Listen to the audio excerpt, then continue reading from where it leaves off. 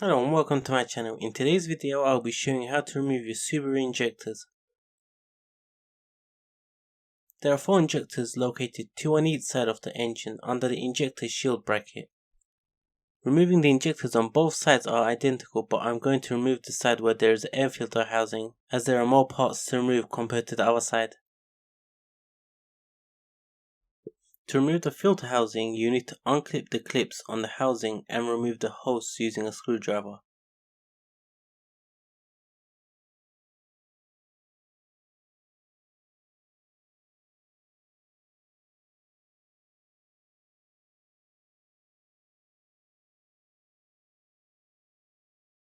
Once you have an area to work on, you will need to remove many bolts from the shield bracket using 12mm. You can use socket or spanner, but I've used socket so you can see where exactly the bolts are.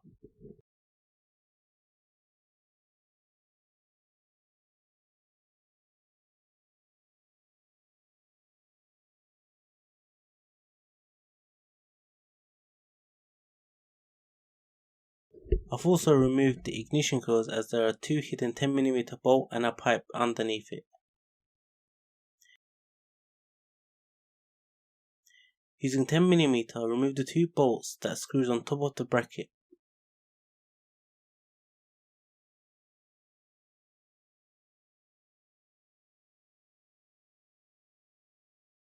You can remove the bolts using your hand once they are loosened.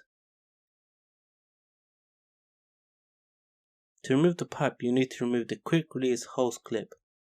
The hose itself was stuck to the housing, but it's not hard to remove. I was just at a bad angle due to where the camera was.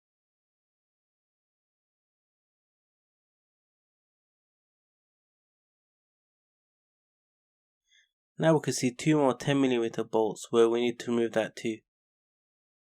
I didn't remove it but rather loosen the bolts, as there are still more bolts which needs to be removed from the shield and I didn't want the bracket to wobble. The second bolt is screwed to the manifold would also need to be removed using a 12mm. Once I removed the 12mm, I removed the 2 10mm bolts. There is one last 12mm bolt located at the bottom of the bracket where it's a little hard to show, but is located under the bolts which was removed a little while ago.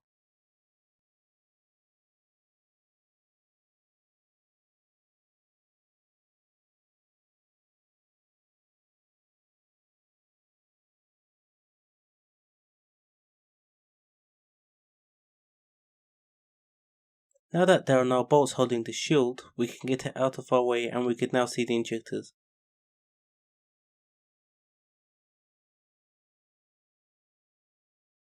I will be removing the injector plugs, but first I will show you the 3 12mm bolts clamping the injector to its position.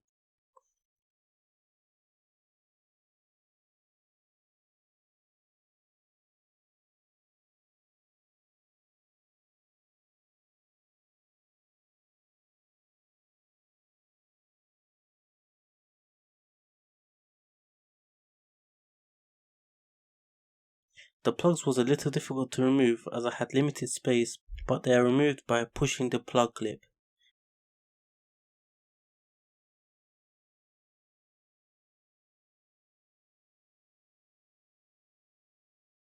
Now all you need to do is remove the 3 bolts of the fuel rail.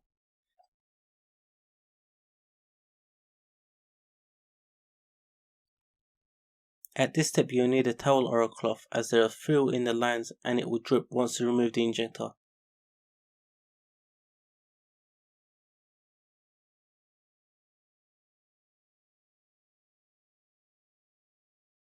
Once you remove the bolts, you can now pull the fuel rail up and then pull the injector down. The fuel will run once you remove both the injectors.